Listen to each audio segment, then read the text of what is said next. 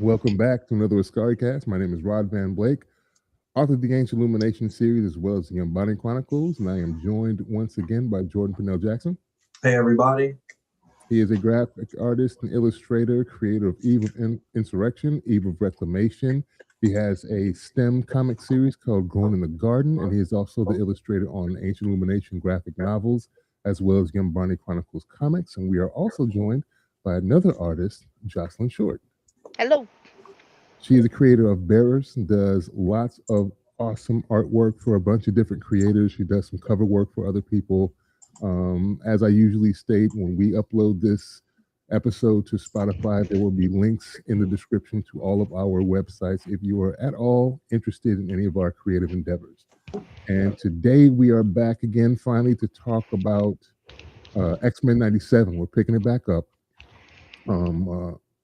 5 and 6 of the 2 episodes we're discussing today, I do realize that they are further along, but we kind of try and take it at our own pace.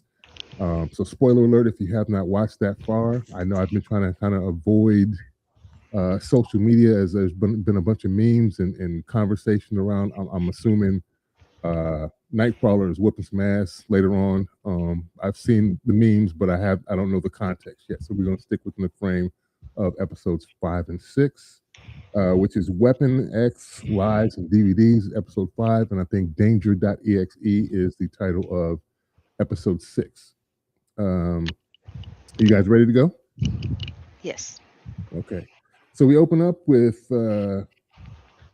Wolverine, Sabretooth, Deathstrike, Maverick, and I think that's it. That's there. JP, you still with us? Uh-oh. he's saying he's joined. He wants to add. He's already here, though. I hope so. I'm back, I guess. Connection okay, we got 2 of you up there now for some reason. I don't know how to get the other one. He's back. Yeah, I'm back. He's back again because we've got 2 of them. We gonna leave it and keep it rolling. I don't know how. Yep. Oakley dokley. Yeah. So we got the crew. Oh, and Morph. Morph is also with Wolverine right next to him, and they are going to they're finding Weapon X. We find out that Wolverine has lost his adamantium, which has been done a few times, I think, in the comic series. I know Magneto at one point takes it all out of him. He did in the first season. Yeah. So we get Wolverine versus Magneto because they showed like that battle initially with them two, and initially it looks like Wolverine wins. So at first they have you see him behind Magneto. He snicks the claws up into his chest cavity. You don't think he done won, and I guess Magneto was just playing possum with him and whoops him up. Takes his adamantium, but they don't show him taking the adamantium there. But he gets whooped. He gets whooped. And so now we got this new crew where we do get something in the beginning, I think, where you see him get the information from Cap. Captain America hands him this folder. He doesn't know how he's going to go about getting the information. He's like, don't worry about it. I'm getting the band back together, basically, which is kind of a motley crew. Do you know who that first loudmouth dude is telling this crazy war story sitting in the back? No. Because he's the first one to die. Yeah, exactly. I was like, the first guy who died. He was talking too much. I was like, he ain't gonna make it. So yeah, the crew, they go to get Weapon X. Morph calls out the crew's issues. Like, cause they try to talk cash about him, about Morph, and then Morph gets back at everybody in there like, you all got your own issues, and he saves Sabretooth for last. He's like, yeah, you two got this forever thing. Will he or won't he? Usually that's with the romantic implication, but like in this case, it's will they or won't they try and kill each other? Yeah, is the implication. And then when he starts trying to cat on him too, he starts talking about his outfit, and he's like, you should be the last person to be talking about outfits wearing what you look like just died before you put it on. And they all start cracking up. He didn't like that. Sabretooth did not like that at all. So on their way flying, I'm assuming there's somewhere. Are they in the Yukon? Is this in like the Canadian border where the original Weapon X was, where Wolverine is?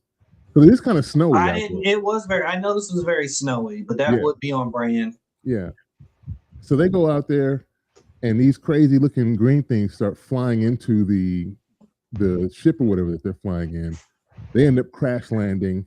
Wake up and find this crazy looking polar bear thing, and the polar bear's got this weird look in its eyes, and then ends up it's like this. We find out later it's like an alien entity. They end up fighting the thing and keep going to the facility, only to find like mostly everybody dead in the facility. It looks abandoned, bodies strewn everywhere. And in my notes, I was like, I knew the loudmouth wasn't gonna make it. Like he didn't even make it off this. I don't think he made it off the plane. No, I mean he was off the plane, but he was already dead.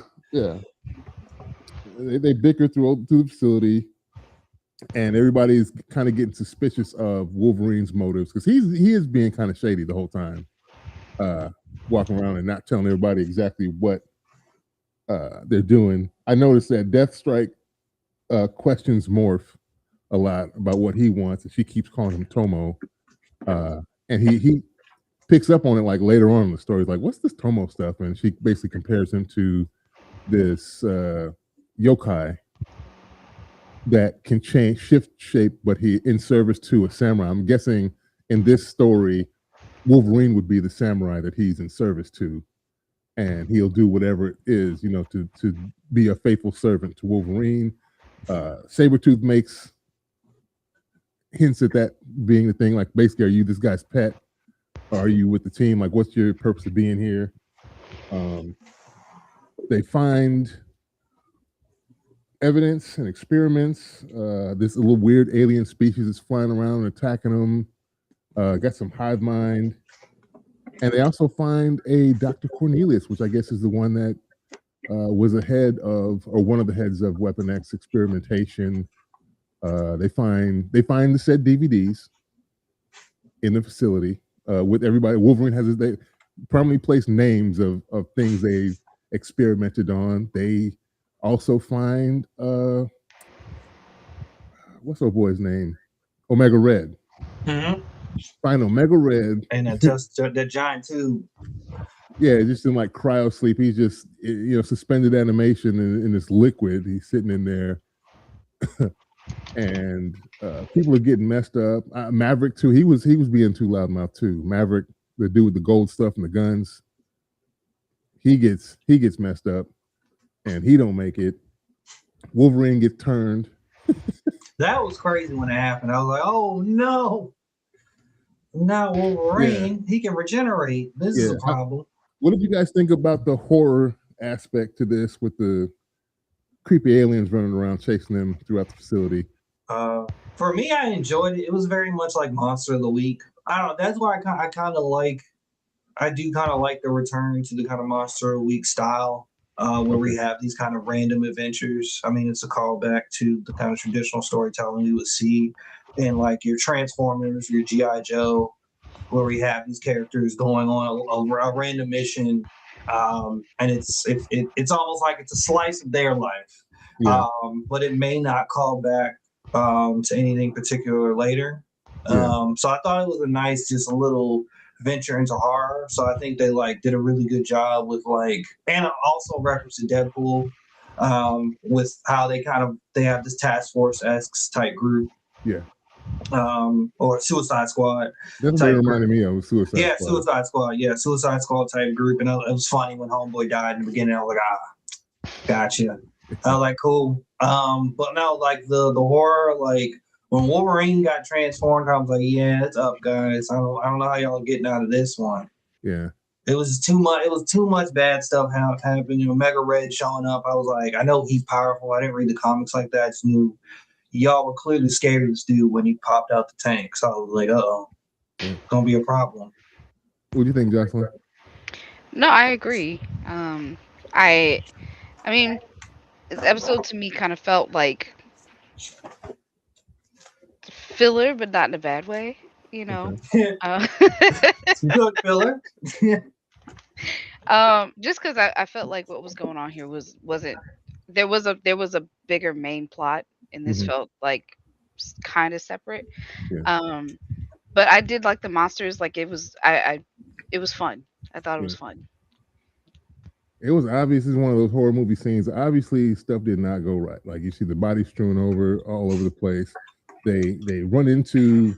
I don't even know if that was really Dr. Cornelius. Like that just might have been them playing as him, um, or maybe they had some of his organic material to be able to shapeshift into Dr. Cornelius as someone that they would recognize to lure them in. And they also noticed that the beings that they would take over were like they're only taking the upper echelon. They're not taking the regular people because the regular bodies was just like, oh, you just a nobody. We don't need your DNA. Let's go ahead and kill them off. But Wolverine, I like them. Wolverine, Sabretooth, everybody else. I'm like, y'all ain't safe because you got powers and they might want to get used to that. We want that. We want that. Yeah, we want that. They recruiting and whoever. Morph was doing this thing again. The cameos, he was Deadpool. He was Thing at one point, bouncing around. Mm-hmm. I do like him shape-shifting into various other Marvel heroes and doing his thing in the midst of the fights. And I'm like, but it doesn't last long. It doesn't seem like it's like it doesn't last very long. Maybe he can't hold it, or I don't know. And I like the juxtaposition of him and Wolverine together because Wolverine is like, I am. You know, he tried to make it seem like he was sad. Morph did. Like he's like, my boy pulled a Popeye. He's like, I am what I am, and that's all that I am. And I'm the good at what I do. I'm the best at what I do, and this is all I do. Like I can't do nothing else. And Morph is kind of like, but isn't that sad? I'm sad for you. That's all you're reduced to is just this animal, this killing thing, this thing that can just slice up and destroy things. And everybody else around Morph is like, well, you kind of aren't anything because you shapeshift. So like, who's the real you? You just get to play a bunch of different roles wherever, but you're not set in anything. And so there's kind of merit to both sides of that argument or that debate, which was really cool. And obviously they figure out like I'm guessing somebody read the notes on the computer to know that the alien could not survive the adamantium tank.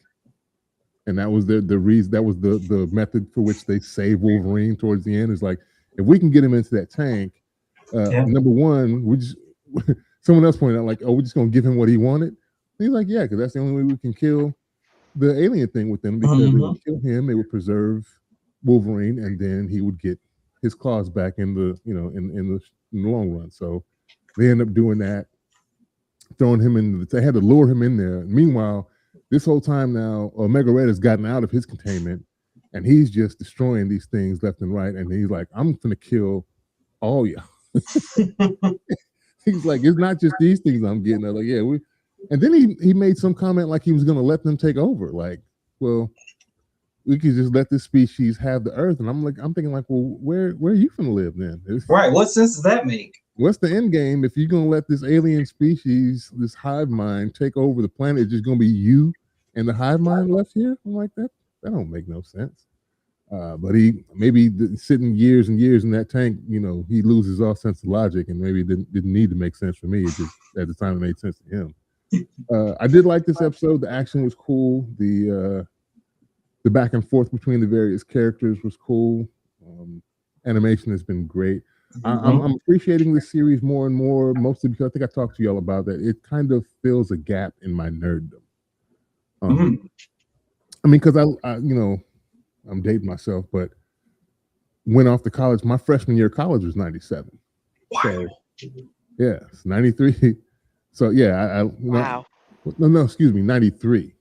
Okay. Was my freshman year. And then what would have been my senior. So leading up into that, after a few years in college, I enlisted in the Marine Corps and then left for overseas. So these are things that I should have been aware of at the time, but because of the timing of it, there's like a gap. Me going to college, then going into the military, and then while everybody else was at home looking at these things, watching X-Men. Yeah, I was X-Men. I like the fact that you see him do the finger, Wolverine, when he gets his claws back and comes out, because I had that cover. I had that very first Wolverine comic book when they debuted his own series, and it's got him and he's doing the finger like this with the hair all out because he doesn't have the mask on.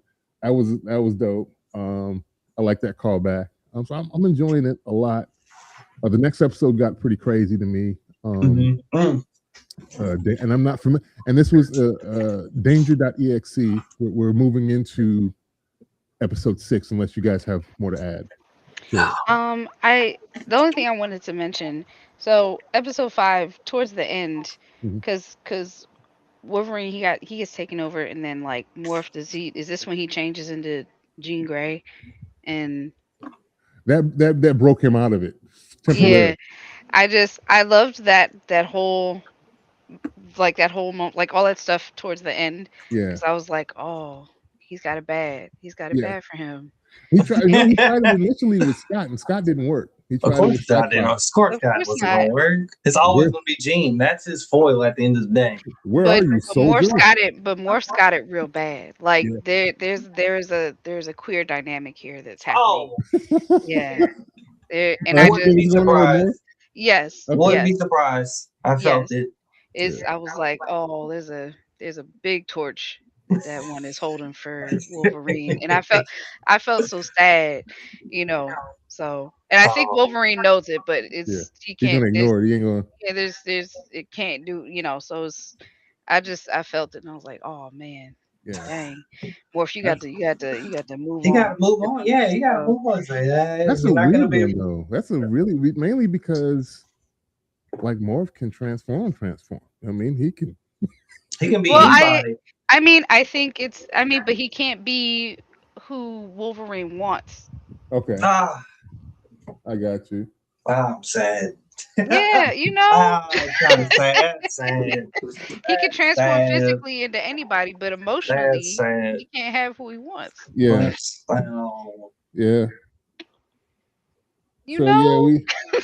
that's an interesting oh. dynamic. No, it's just this is that's it's I don't want to compare it to the friend zone because that's rudimentary, but it's kind of like he just can't cross that line. It's just not Yeah. happening. And I was like, oh, I mean, but Just supposedly he might have unrequited love. described. I don't know if that's just unrequited the love. internet doing that, but I don't think it's internet stuff. okay, I when I looked at it, No, like I watched that episode and I was like, "Oh, this is I've real. also had yeah." that vibe.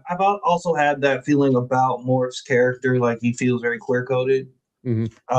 So I'm like this. I've been like feeling it in the forest. So I was like, are they making these references? Is this who this character is? And I'm like, I see it. Yeah. I see it. All right. Yeah, like I know what you're saying. Like I know sometimes the internet can put, Yeah. dynamics All onto the characters, shipping, but and ship I that. Be don't like, wait a minute, is this part of it or? yes, but I don't think that like that dynamic that I witnessed in that episode between Morph and Wolverine, I don't think I'm putting something on it. I Is feel like what it I is. looked at it and I I knew mean, what it's I was exactly looking what at. it's doing. Yeah, Yeah. it's Yeah. doing what it's doing. We're not making this up. Okay. Yeah. Okay. Yeah. So we can go on to episode 6 now, danger.exe. And I have to admittedly, I was not familiar with this character either, even though I know it is steeped in the mythos that this AI from the danger room does pop out. But we open up with Charles Xavier grieving. This was so weird. He's This in the made me danger mad. room grieving over the loss of Magneto. That was sad too. I was like, Yeah. this is depressing. So you're gonna just run yourself through simulations infinite times? Like that's gonna make you process this better? Like this is dark. I I mean, thought maybe I get it though. I No, get I it. get it, but it's dark. I was Yeah. like, bro. And then it evolving and like him almost like, getting jacked up by it. I was like, yo, you might want to stop yeah. pushing the tech, man. You At might one want to point, lay off the danger zone. I thought maybe he was trying to find a way to like avoid that situation. Like if he could replay it in his mind, maybe he can find a way where if this ever pops up again, I'll be more prepared to deal with this type of situation.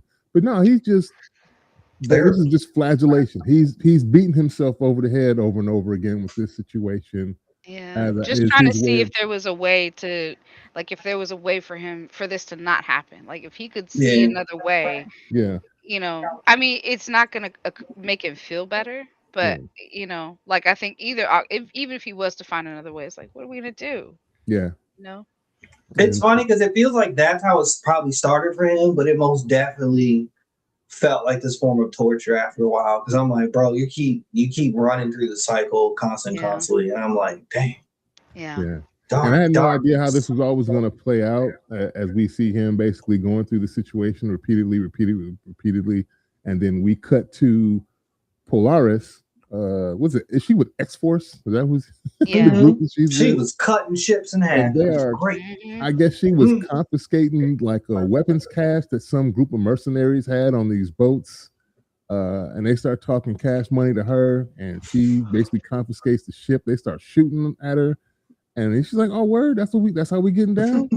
So she just starts tearing them up the whole way, and then the team leader dude, wannabe Cyclops, he's not really Cyclops, but he comes in and stops her from because she's about to smack them with the ship. Like she's, "Oh, you want these? I'm gonna give them to you, all right."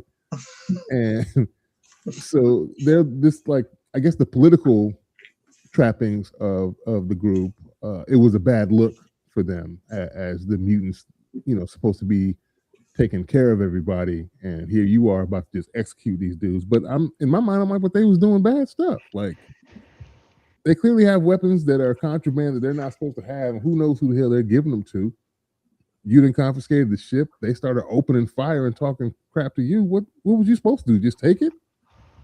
So they end up kicking her out the group, and I find that odd. That's the end of that. We just kick you out, and then she goes right back to the school of Xavier's that's there now, and he's doing what he.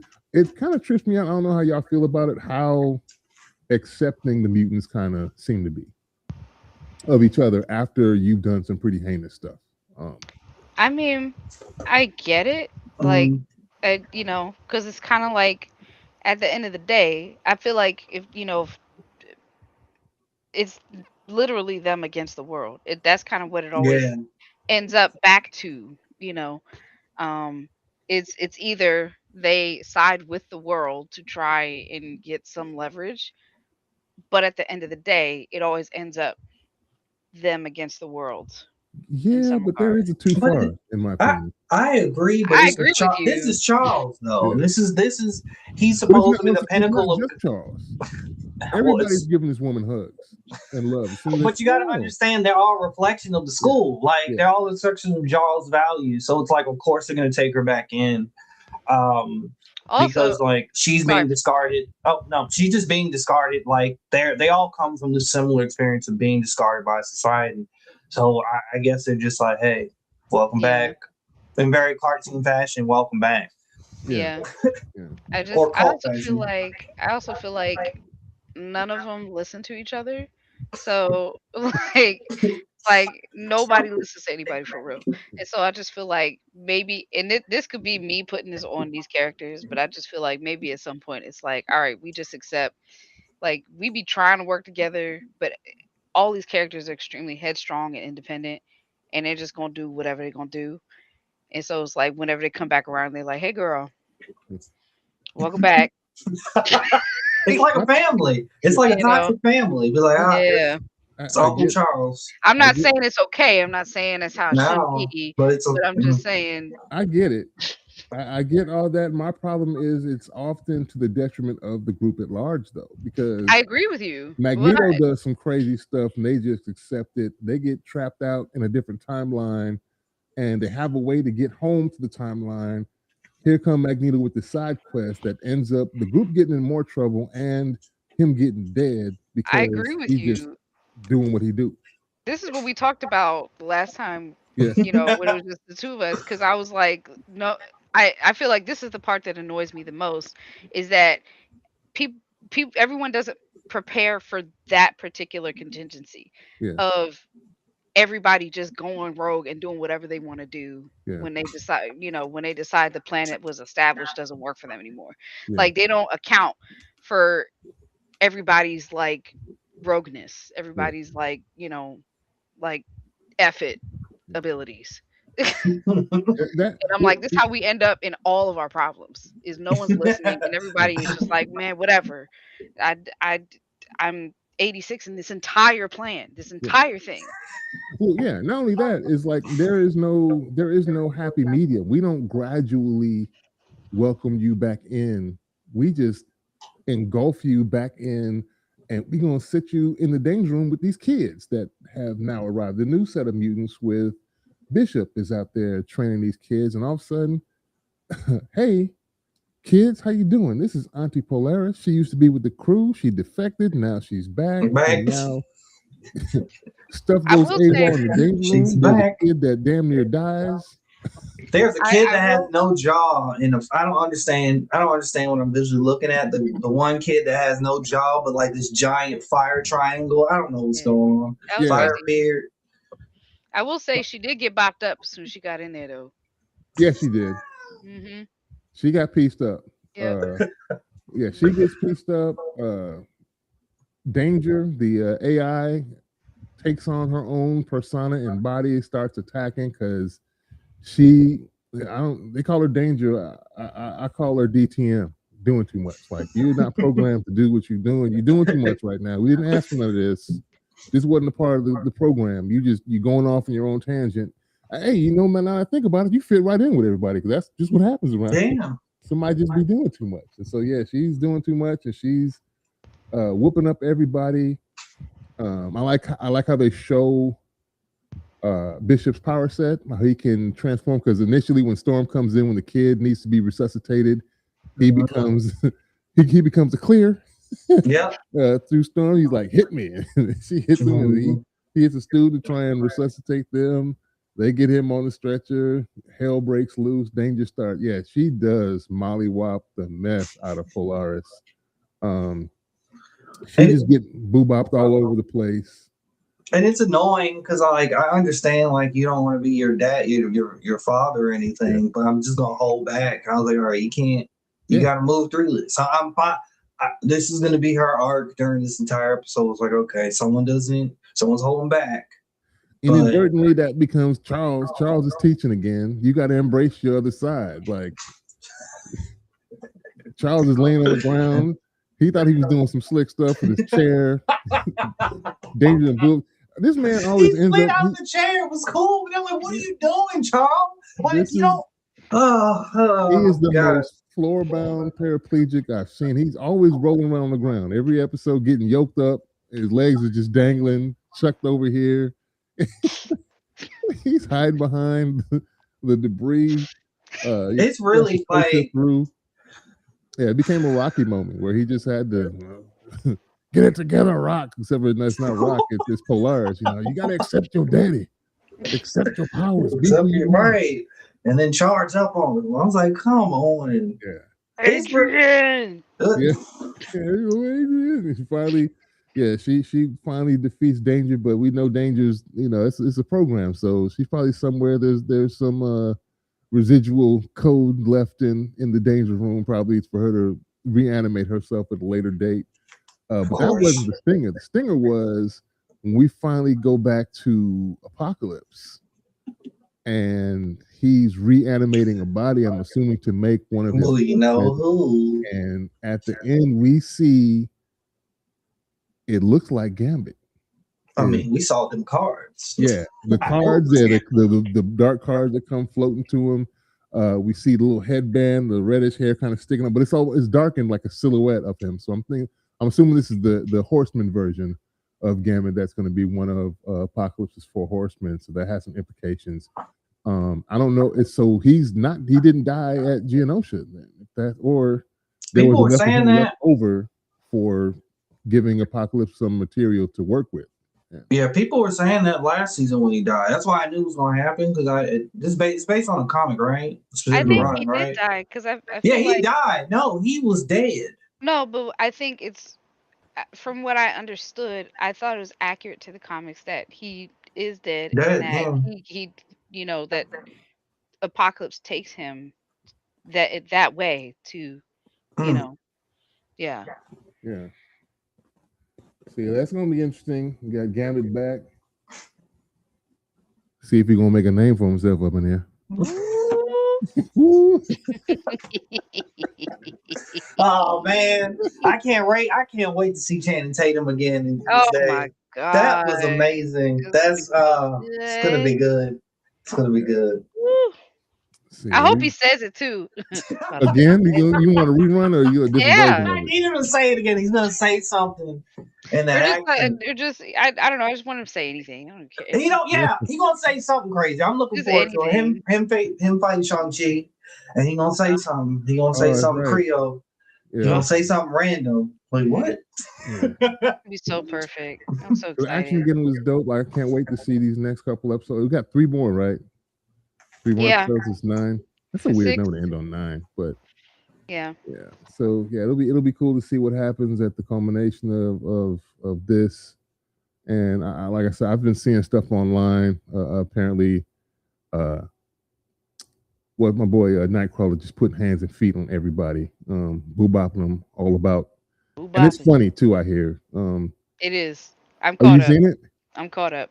You go okay. Yeah, I am I'm not. all the I way just caught up. seen somebody showing clips, and I had to click away. I'm like, I haven't seen it yet. I just it's like, because from what I was hearing, it was looking like some what's that? Hardcore Henry. Have you seen that movie, Hardcore Henry? Mm-mm. There's like a movie called Hardcore Henry where the entire movie is like a first person shooter. It's all from his perspective. Oh, I've seen that. And he just run around sliding on the stairs, punching people, kicking people, taking weapons, shooting people. I guess there's a scene like that, but with Nightcrawler because he's teleporting all around. So I guess I'll be in for that. Maybe I'll watch those 2 tonight before we head in.